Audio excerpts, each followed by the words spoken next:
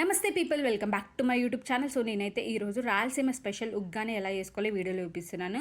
ఇది బ్రేక్ఫాస్ట్గా కానీ evening snacks కానీ ఎలా అయినా తిన్నా బాగుంటుంది. దీన్ని అయితే ఫస్ట్ మురుమురే తీసుకొని వాటర్లో ఒకసారి కొంచెం ఒక 2 minutes నానబెట్టేసి తర్వాత వాటర్ అంతా స్క్వీజ్ చేసి పక్కన పెట్టుకోవాలి. నెక్స్ట్ ఒక మిక్సీ జార్లో పుట్నాల పప్పు, గ్రీన్ చిల్లీ, అలాగే రెడ్ చిల్లీ అండ్ అలాగే కొంచెం సాల్ట్ యాడ్ చేసి దీన్ని పొడి చేసి పక్కన పెట్టుకోవాలి. ఇది మెయిన్ ఇంగ్రీడియంట్, సో టేస్ట్ అంతా ఉంటుంది.